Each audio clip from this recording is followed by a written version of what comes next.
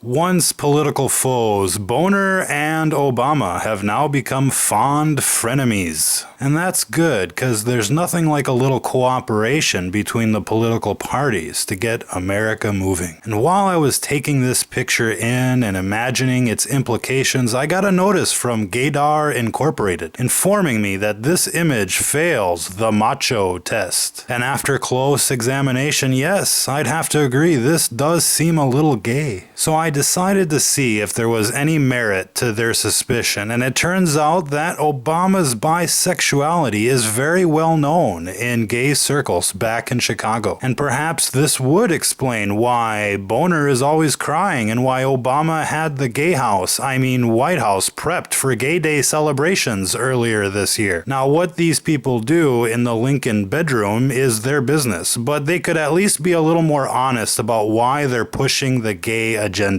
It's one thing when a straight man pushes gay marriage, and it's another thing entirely when you have a gay man pretending to be straight that's pushing gay marriage. It makes the whole thing rather dishonest, don't you think? But that's not the real reason why I wanted to talk about this picture. Putting the gay two men plowing each other thing aside for a moment, what makes us so sure that there really are two political parties in America? Is it because one of them is called Democrat and the other one is called Republican? Just about every brand of beer that you buy these days is owned by the same company called InBev. When you go to the liquor store, you have the illusion of choice, but what you really are choosing is a flavor. You're really buying your beer from the very same company. Now, many of us have suspected this duopoly in politics for years now. We know that we're just choosing a flavor and that we're buying into the same company, into the same system. They call it the two-party system, but what they really mean is the one-party system with 31 flavors. Kind of like Ben and Jerry's, I suppose, or Boners and Obamas. Take your pick. Now, most people can relate to that. Most people have grasped that idea that we don't have two parties. We really have just one party. There's one company that runs the show. And so no matter who you buy from, no matter who you vote for, the same company is still in charge. They're reaping in all the dough. So the real question that we should be asking here is, who is this company, this syndicate that's running the operation? Tracing the money seems rather complex given how many different interests are being served. Now, the answer to this question is simpler than you might think. It's right there on the dollar bill and in the history book. That's the company that owns the politicians, because he who owns the money supply controls the corporations, the politicians, and every employee from coast to coast. And this is their corporate logo. It's a pyramid. We see it everywhere. Now, what does this pyramid represent? Well, historians and theologians alike will tell you that it represents the Antichrist. It represents the bondage of Egypt. And that would make sense if you think about it, because the love of money is the root of all evil. Now, that might seem a little cliched to you skeptics out there. However, this fact is very well documented. It's only the uneducated Neanderthal that would say that this is some sort of theory. Like I've said, this is a very well documented fact. This symbol, this pyramid, this seal that we find on the dollar bill was actually first derived in the late 1700s, and it is closely linked with the French and American revolutions.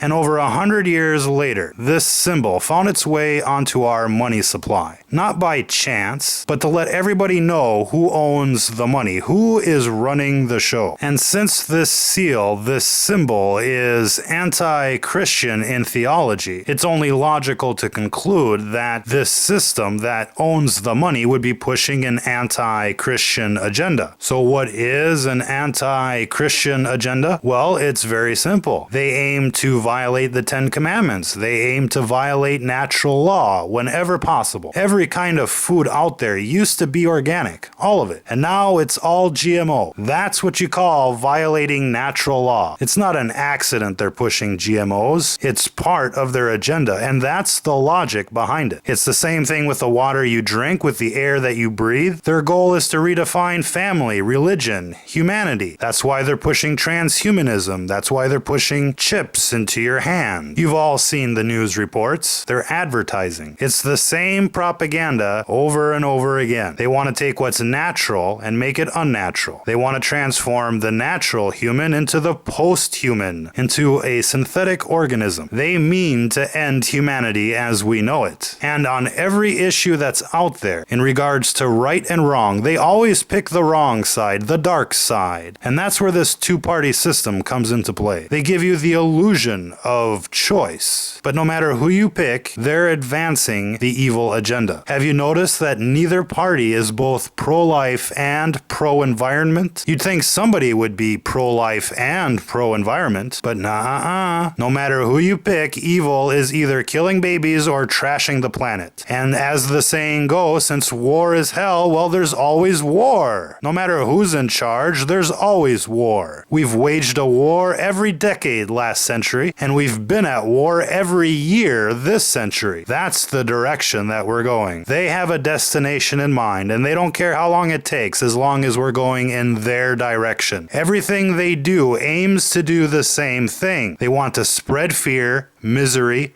anger, despair, and doubt. It's as cliche and dark side as you can get. What's the path to the dark side, Luke Skywalker? Fear, anger. You've heard this story before, and you don't even know it. And this brings us to our next election cycle. Many of us are wondering, will Donald Trump set us free, or will he be the next Obama? Nobody really knows, but by looking at how the mainstream media is reacting and how they're pushing good old Dr. Carson on you, you'd almost have to think that Trump is the real deal. Carson is obviously a big pharma sleeper agent in disguise. If we get Carson, we'll get mandatory vaccine cards for every man, woman, and child. You'll have a chip in you before you know it. It'll be one big sellout, and America will stagnate for 4 more years until the next liberal comes around to bring us down. The system is betting on Carson, so we the people better wake up, smell the coffee, and bet on Trump. It's Trump or bust, ladies and gentlemen.